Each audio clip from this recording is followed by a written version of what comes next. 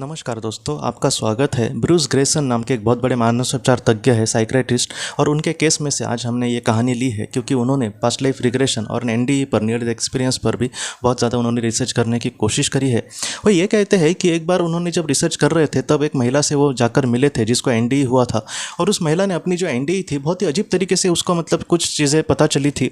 उस महिला ने ये कहा कि मुझे अपना दूसरा बच्चा होने वाला था और उस समय मेरा शरीर से बहुत ही ज़्यादा ब्लड बह गया था और मुझे बहुत ही ज़्यादा दर्द हो रहा था, मुझे कुछ भी समझ नहीं आ रहा था और मुझे ऐसे ही लग रहा था, इतना दर्द हो रहा था कि मुझे लग रहा था कि बस हो गई बाबा ये ज़िंदगी, मुझे कुछ भी नहीं चाहिए। तो इस तरीके से उसको बहुत ही ज़्यादा दर्द हो रहा था। और उसके बाद वो महिला ये कहती है दोस्तों कि उसी समय उसने इस तरीके से महसूस किया कि जैसे वो एकदम बाहर जा रही है और सारी चीज़ों को, वो माहौल को अच्छे से देख पा रही थी लेकिन थोड़े अजीब दृष्टि से वो देख रही थी, इसलिए उसको कुछ भी समझ नहीं आ रहा था, या फिर थोड़ी सी वो चौंक गई थी कि आखिर ये चीज़ें क्या हो रही है।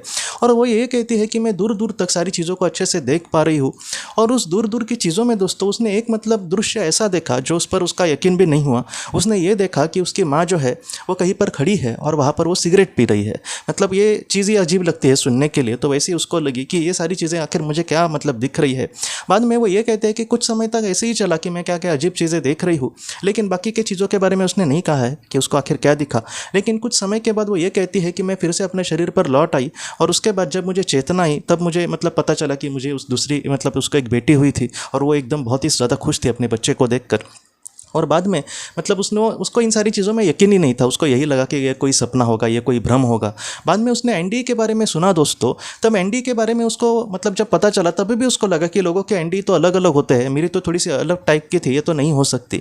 और बाद में दोस्तों उसको बच्चा होने के वो कहती है कि 3-4 साल के बाद उसने ऐसे ही अपने माँ को बोला कि मुझे ऐसे उस वक्त लगा था कि मैं वहाँ पे यहाँ वहाँ घूम रही हूँ और अपने शरीर से मैं बाहर हूँ और आप सिगरेट पी रही थी। और वो हंसने लगी कि क्या क्या चीज़ें दिखती है, आपने तो जीवन में मैंने कभी भी नहीं देखा आपको सिगरेट पीते हुए। तो उसकी माँ दोस्तों वो एकदम चौंक गई और उसने एकदम अपने बेटी को क्या बोला मालूम है? उसने ये कहा कि मैं एकदम जब टेंशन में आ जाती हूँ ना तब मैं कभी कभी सिगरेट पीती हुई, ये बात तुमको नहीं पता।